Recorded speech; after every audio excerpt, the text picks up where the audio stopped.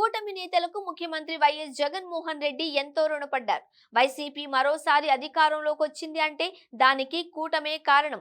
ప్రతి సందర్భంలోనూ జగన్ నమ్మకాన్ని, నిబద్ధతను కూటమి నేతలు పెంచుతున్నారు. ఇదే సందర్భంలో వైసీపీ మేనిఫెస్టో విలువను బీజేపీ మినహా కూటమి మేనిఫెస్టో అమాంతం పెంచేసింది. ఇప్పటికే సూపర్ 6 పేరుతో చంద్రబాబు నాయుడు వైసీపీ కాపీ సంక్షేమ పథకాలను ప్రచారం చేస్తున్న సంగతి తెలిసిందే.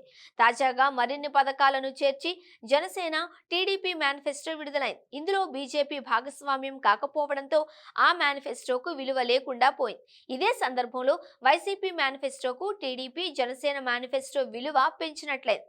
బాబు పవన్ మేనిఫెస్టో ఆచరణ సాధ్యం కాకపోవడం వల్లే బీజేపీ దూరమైందనే సంకేతాలు వెలువడ్డాయి. మేనిఫెస్టోలో పేర్కొన్న సంక్షేమ పథకాలను అమలు చేయాలి అంటే 1.75 లక్షల కోట్లు అవసరము అని ఆర్థిక నిపుణులు అంటున్నారు. పవన్ బాబు వెల్లడించిన సంక్షేమ పథకాల అమలుకు 3 రాష్ట్రాల బడ్జెట్ అవసరమని స్పష్టం చేస్తున్నారు.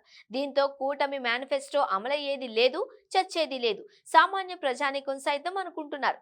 తక్కువో ఎక్కువో జగన్ హామీ ఇస్తే చేస్తాడనే నమ్మకం బాగా పనిచేస్తోంది. అందుకే వైసీపీ మేనిఫెస్టోకు విశ్వసనీయత పెరిగింది. మరీ ముఖ్యంగా మోదీ సర్కార్ బాబు మేనిఫెస్టోకు నిధులు ఇవ్వడట అనే ప్రచారం వెలువడుతోంది.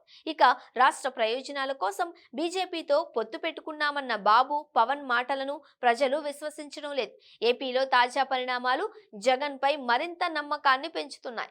బాబు చెప్పాడంటే ఏదీ చేయడని గత అనుభవాలు చెబుతున్నాయని, ఇదే జగన్ విషయానికి వస్తే కరోనా సమయంలోనూ అన్ని చేశాడని సామాన్యులు సైతం మాట్లాడుకుంటున్నారు.